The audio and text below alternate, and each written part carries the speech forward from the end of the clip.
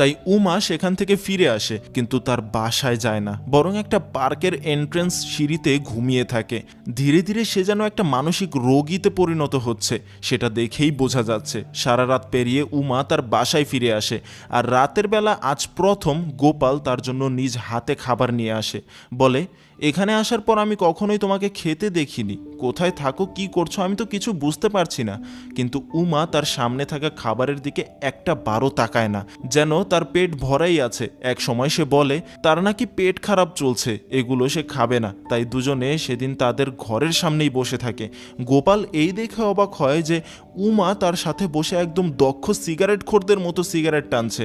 আর এক সময় হঠাৎ চিৎকার করে ওঠে যে আকাশের মেঘগুলো নাকি সেই তারাকে গিলে খাচ্ছে, কিন্তু তার এই সকল কথার কোনো ভিত্তিই ছিল না। তারপর উমা রাতের বেলা সময় মতো সে অফিস পরিষ্কার করতে যায়, কিন্তু তার শরীর ছিল খুব দুর্বল, তাই কাজ করতে করতেই সে নিজের জ্ঞান হারায়। কিন্তু তার কিছুক্ষণ পর আবারও সে তার জ্ঞান ফিরে পায়। তারপর কোনো কিছু চিন্তা না করেই সে তার জিনিসপত্র নিয়ে বাড়ির দিকে রওনা হয়, যেন সে এক রোবট হয়ে গিয়েছে। তার মধ্যে কোনো ইমোশন নাই কোনো চিন্তা ভাবনা, শুধু সে তার ডেইলি রুটিন ফলো করে। তবে আজকে বাড়ি ফেরার সময় রাস্তায় সে একটা ছাগলের বাচ্চা দেখতে পায়, আর তখনই তার ভিতরে কেমন একটা পরিবর্তন হতে শুরু করে। উমা নিজের অজান্তেই ছাগলটাকে ধরে তাকে মেরে ফেলে আর তার রক্ত চুষে খেতে শুরু করে। কিন্তু বোঝা যায় এই সব কিছুই সে তার স্বাভাবিক চিন্তা চেতনায় করেনি, কারণ কাজটা করার পর সে খুবই আফসোস করে সে এই কি করে ফেললো, কেন করলো, কি করলো কিচ্ছু বুঝতে পারে না। তাই ছাগলটাকে সে সরি বলে ওটাকে ডাস্টবিনে ফেলে দেয়। তারপর সে তার বাসায় ফিরে আসে, কিন্তু আজকে তার ব্যবহার বড়ই অদ্ভুত। গোপাল তার বিছানায় বসেছিল, আর উমা গোপালকে ধরে তার রক্তমাখা মুখ নিয়ে জোর করে একটা চুমু খায়, তারপর সাথে সাথেই ঘুমিয়ে পড়ে।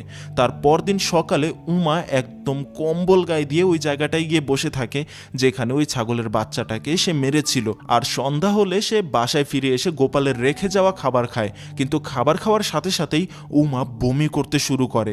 সে কিচ্ছু বুঝতে পারে না এগুলো তার সাথে কি হচ্ছে, কেন হচ্ছে। আর এখানে বুঝতে পারলেন যে গল্পের এই পর্যন্ত উমার কেন সবসময় পেট খারাপ থাকতো। আসলে সে নিজের অজান্তেই হয়তোবা এরকম আরও প্রাণীদেরকে মেরে মেরে তাদের রক্ত চুষে খেয়েছে, আর সেগুলো তার পেটে সময় মতো হজম হয়নি বলে সব সময় তার পেট খারাপ থাকতো।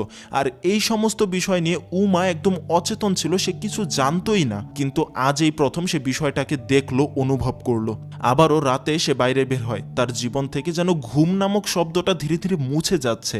দিনে এদিক ওদিক ঘুরে বেড়ায়, রাতে কাজ করে আর সামান্য হয়তো 2-1 ঘন্টা ঘুমায়। সেদিন রাতেও এদিক ওদিক দৌড়ে বেরিয়ে একসময় একটা ঝোপের মধ্যে সে এক পাখি দেখতে পায়। আর গতবারের মতো এবারও কোনো রকমে সে ওই পাখিটাকে ধরে সেটাকে মেরে